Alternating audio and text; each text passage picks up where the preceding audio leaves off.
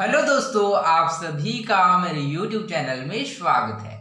आज हम पढ़ेंगे अध्याय 4 तत्वों का आवर्ती वर्गीकरण, पीरियोडिक क्लासिफिकेशन ऑफ एलिमेंट्स का लेक्चर 3, जिसमें आज का हमारा टॉपिक है न्यूलैंस का अष्टक सिद्धांत, न्यूलैंस लॉ ऑफ ऑक्टावस। ओके, तो इस टॉपिक में हम लोग जानेंगे कि न्यूलैंस का अष्टक सिद्धांत क्या है।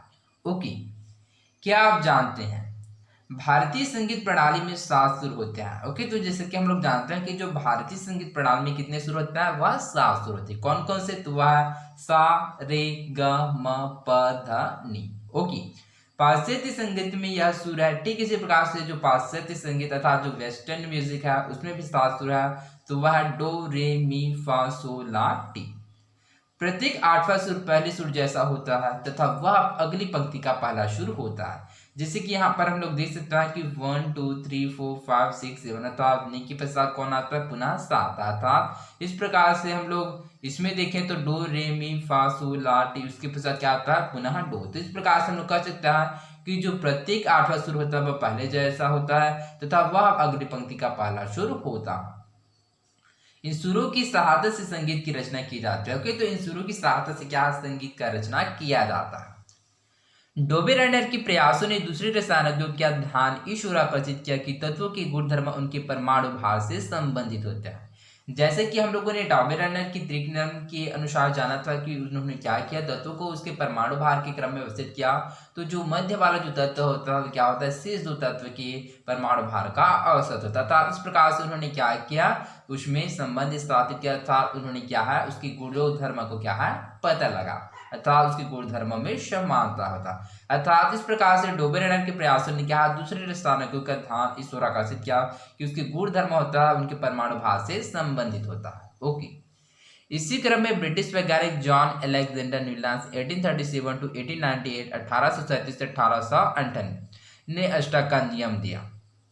तो ठीक इसी क्रम में क्या है, जो ब्रिटिश के वैज्ञानिक जॉन अलेक्जेंडर न्यूलैंस ने भी क्या अष्टक का नियम दिया, जिसके अनुसार यदि तत्वों को उनके बढ़ते परमाणु भार के क्रम में व्यवस्थित किया जाए तो वे इस प्रकार क्रमबद्ध हो जाते हैं कि एक निश्चित अंतराल के बाद उनके गुणों की पुनरावृत्ति होती है और प्रत्येक 8वें तत्व की विशेषता या गुणधर्म पहले तत्व के गुणधर्म से मिलते हैं।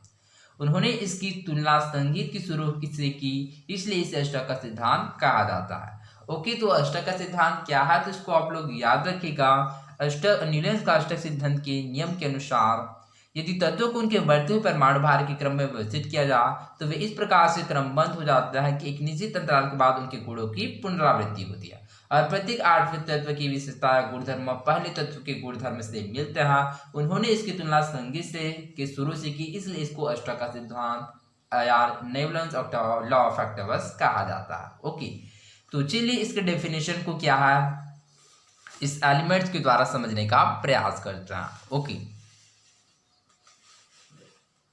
जैसे कि यहाँ पर हम लोग देख सकते हैं बहुत सारे एलिमेंट है। ओके, तो चलिए इसके अनुसार क्या है, इसके डेफिनेशन को समझने का प्रयास करते हैं। न्यूलैंस का अष्टक सिद्धांत के अनुसार यदि तत्वों को उनके बढ़ते हुए परमाणु भार के क्रम में व्यवस्थित किया जाए तो वे इस प्रकार से क्रमबद्ध हो जाते हैं कि एक निश्चित अंतराल के बाद उनके गुणों की पुनरावृत्ति होती है। ओके, और प्रत्येक 8वें तत्व की विशेषता या तुलना प्रत्येक 8वें तत्व की विशेषता या गुणधर्म पहले तत्व के गुणधर्म से मिलते हैं। उन्होंने इसकी तुलना संगीत से की, इसलिए इसे अष्टक का सिद्धांत कहा जाता है। ओके, तो आई होप आप लोगों को समझ आ होगा।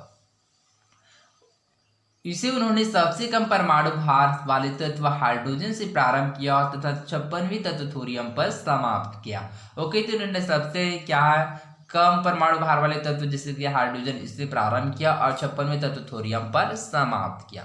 3.5 न्यूलैंस का अष्टक, तो यहाँ पर हम लोग देख सकते हैं भारतीय संगीत के सुर सा, रे, ग, म, प, ध, नि। ठीक इसी प्रकार है पाश्चात्य संगीत के सुर डो, रे, मी, फा, सो, ला, टी। यहाँ पर तत्व अर्थात एलिमेंट है जैसे कि देख सकते हैं हाइड्रोजन। ओके, तो इसको क्या परमाणु भार के क्रम में व्यवस्थित किया है। हाइड्रोजन उसके पश्चात है lithium, beryllium, boron, carbon, nitrogen, oxygen, fluorine, sodium, magnesium, aluminium, silicon, phosphorus, sulphur, chlorine, potassium, calcium, chromium, titanium, manganese एवं आयरन। ओके, तो इसमें आप लोग याद रखिएगा Mg और Mn में। ओके, तो जो Mg है इसको मैग्नीशियम बोला जाता है और Mn को बोलता है मैग्नीज। ओके, तो इस प्रकार से हम लोग देख सकते हैं कि जो न्यूलैंड्स ने क्या किया, जो तत्व है उसको क्या बढ़ते हुए परमाणु भार के क्रम में व्यवस्थित किया। तो इस प्रकार से हम लोग देख सकते हैं कि जो 1 2 3 4 5 6 7 8 अर्थात जो आठवां तत्व क्या होता है वह पहले तत्व के गुणों से समांतर रहता है। ठीक इसी प्रकार से इसके लिए आठवां तत्व क्या हुआ, फ्लोरीन हुआ। लिथियम के लिए जो आठवां तत्व क्या होगा, सोडियम होगा। जैसे कि देख सकते हैं 1 2 3 4 5 6 7 इसके पश्चात 8 देख सकते हैं 1 2 3 4 5 6 7 और 8। तो 8 का तत्व क्या है, सोडियम। तो सोडियम भी क्या है, लिथियम के द्वारा समानता प्रदर्शित करता है। ठीक है, इसी प्रकार से मैग्नीशियम, बेरिलियम, इसी प्रकार से बोरान, एल्यूमिनियम, इस प्रकार से क्या है, सभी एलिमेंट्स में समानता होता है। ओके, तो इस प्रकार से हम लोग कह सकते हैं कि जो आठवें तत्व होता है कि विशेषता या जो गुण धर्म होता है पहले तत्व के गुण धर्म से मिलते हैं, और उन्होंने इसकी तुलना संगीत से की, इसलिए इसको न्यूलैंड्स का अष्टक सिद्धांत कहा जाता है। ओके, तो आई होप आप लोगों को समझ आया होगा। न्यूलैंड्स के अष्टक में हाइड्रोजन और फ्लोरीन के गुणधर्म समान थे। जैसे कि यहाँ पर हम लोग देख सकते हैं कि जो न्यूलैंड्स के अष्टक में क्या है, हाइड्रोजन और फ्लोरीन के जो गुणधर्म है वह समान है। फ्लोरीन हाइड्रोजन के बाद आठवां तत्व है। इसी तरह लिथियम और सोडियम में समानता। ओके, तो जो फ्लोरीन होता है क्या होता है, वह हाइड्रोजन के बाद आठवां तत्व होता है। जैसे कि फर्स्ट सेकेंड 1 2 3 4 5 6 7 एवं 8। ओके, तो फ्लोरीन क्या होता है, हाइड्रोजन के पश्चात आठवां तत्व होता है।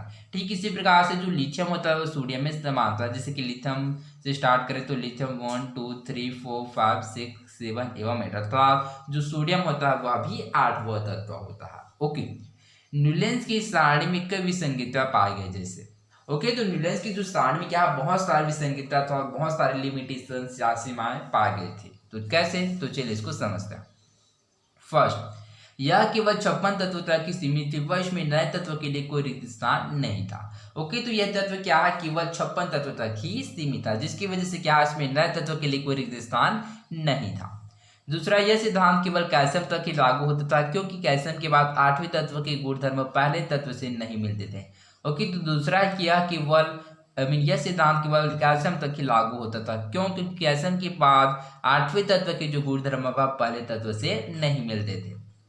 कुछ तत्व जिनके गुण समान रहे उन्हें एक ही समूह में स्थान दिया गया। जैसे आयरन के रासायनिक गुणधर्म ऑक्सीजन तथा सल्फर से नहीं मिलता है। ओके, तो यहाँ पर आयरन क्या है, जो Fe उसको क्या बोला जाता है, आयरन कहा जाता है। ओके, तो आयरन का जो गुण होता है क्या होता है, वह समान नहीं है, अर्थात कुछ तत्व जिनके गुण समान है फिर भी उसको एक ही समूह में स्थान दिया गया है। जैसे कि जो आयरन के जो रासायनिक गुणधर्म होता है वह ऑक्सीजन एवं सल्फर से नहीं मिलता है। ओके, अतः इस नियम के अनुसार भी तत्वों का सफल वर्गीकरण नहीं किया जा सका, अर्थात इस प्रकार से न्यूलैंड्स के अष्टक सिद्धांत के द्वारा भी तत्वों का सफल अर्थात पूर्ण रूप से वर्गीकरण नहीं किया जा सका। ओके, तो आई होप आप लोगों को समझ आया होगा कि न्यूलैंड्स का अष्टक सिद्धांत क्या है।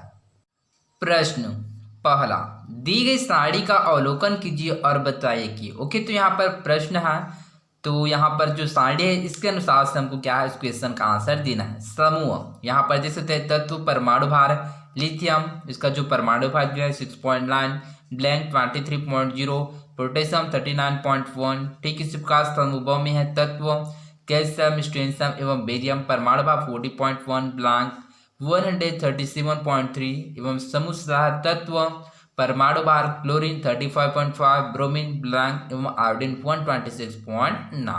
ओके, तो चलिए क्वेश्चन की ओर आगे बढ़ते हैं। फर्स्ट, समूह अ के मध्य में कौन सा तत्व आएगा। ओके, तो जैसे कि हम लोग जानते हैं कि समूह के मध्य में कौन सा तत्व आएगा, तो वह है सोडियम आएगा। ओके, कौन सा आएगा, तो सोडियम। कैसे, तो चलिए इसको हम लोग इजीली कैलकुलेट कर सकते हैं। जैसे कि 6.9 प्लस 39.1 डिवाइडेड बाय 2 करते हैं। ओके, तो हम लोग इसको ऐड करते हैं तो 9 10 का बचे क्या 0, हासिल है क्या 1, तो 9 और क्या हो गया 10 हो गया, और बचे क्या 6, तो 16 सुखा 6 हासिल रहा 1 3 और 1 4। तो इस प्रकार से कितना मिला 460। ओके, तो यहाँ पर एक संख्या के पश्चात दशमलव लगाते हैं, क्योंकि एक संख्या के पश्चात दशमलव है, तो हमको कितना प्राप्त है 46। तो 46 को क्या करते हैं 2 से डिवाइड करते हैं, तो 2 दूनी 4 और 2 तिया 6। इस प्रकार से हमको 23 प्राप्त हुआ। ओके, और 23 किसका परमाणु भार होता है, तो 23 सोडियम का परमाणु भार होता है। ओके, ठीक इसी प्रकार से हम लोग स्ट्रोंशियम के लिए निकाल सकते हैं। ओके, इसके लिए क्या होगा, तो चलिए हम लोग स्ट्रोंशियम के लिए निकालते हैं। ओके, तो स्ट्रोंशियम का चलिए हम लोग निकालते हैं। ओके, तो चलिए स्ट्रोंशियम के लिए। ओके, तो यहाँ पर जैसे कि कैल्शियम एवं बेरियम का जो परमाणु भार दिया गया है तो वह 40.1 प्लस 137.3 डिवाइडेड बाय 2। ओके, तो चलिए सबसे पहले क्या करते हैं हम लोग 40.1 एवं 137.3 को ऐड करते हैं। तो 137.3 एंड प्लस 40.1। ओके, तो 3 कितना हुआ 4, 7 का 7 होगा 4 और 3 कितना होगा 7 और बचा 1। तो एक संख्या के पश्चात दशमलव है, तो एक संख्या के पश्चात दशमलव लगाते हैं तो हमको 177.4 प्राप्त होता है। 177.4 डिवाइडेड बाय 2। ओके, तो चलिए अब इसको 2 से डिवाइड करते हैं। तो 2 एकम 2 हो गया और इसी प्रकार से हो गया 2 नियम 2 अट्ठे 16। ओके, तो ये होगा 8। ठीक, इसी प्रकार बच्चा क्या 1, तो बच्चा 17, तो 2 अट्ठे 16। उसके पश्चात क्या बचा 1, तो ये हो गया 14। तो इस प्रकार से कितना हो गया 2 सत्ते 14। तो इस प्रकार से हमको 887 प्राप्त हुआ। ठीक, इसी प्रकार से हम लोग देख सकते हैं यहाँ पर भी क्या है एक संख्या के पश्चात दशमलव है, तो दशमलव लगाते तो हमको 88.7 प्राप्त होता। ओके, तो इस प्रकार से हम लोग देख सकते हैं इसका आंसर हमको कितना मिलेगा 88.7। परंतु जो आप लोग पीरियोडिक टेबल में देखोगे अर्थात आवर्त सारणी में, तो इसका जो परमाणु भार दिखाएगा वो होगा 87.5। कितना होगा तो 87.5। तो इस प्रकार से हम लोग यहाँ पर 87.5 लिख सकते हैं, क्योंकि हम लोग जानते हैं कि जो डोबे-रायनर के थ्योरम के अनुसार क्या होता है जो एलिमेंट्स का जो औसत होता है वो परमाणु भार के निकट होता है। ओके, तो कुछ बार क्या होता है एग्जैक्ट वैल्यू नहीं होता है, वह उसके निकट भी होता है। तो इस प्रकार से इसका वैल्यू कितना होगा 87.5। ओके, ठीक, इसी प्रकार से यहाँ पर हम लोग ब्रोमीन के लिए निकालते हैं। तो यहाँ पर क्लोरीन एवं आयोडीन का वैल्यू दिया गया, जैसे कि क्लोरीन का वैल्यू दिया गया 35.5 प्लस आयोडीन का वैल्यू दिया गया 126.9। ओके, तो 126.9 को क्या करते हैं 35.5 के साथ ऐड करते हैं, तो 9, 10, 14 का 4 हासिला 1। उसके पश्चात क्या होगा 6 और 1 7, 7 3 10 और 2 12 का 2 हासिला 1। इसी प्रकार से 3 2 5 और 1 6 और बचे क्या 1। तो एक संख्या के पश्चात दशमलव है, तो दशमलव लगाते हैं तो हमको 162.4 डिवाइडेड बाय 2। ओके, तो इस प्रकार से हमको प्राप्त होता है।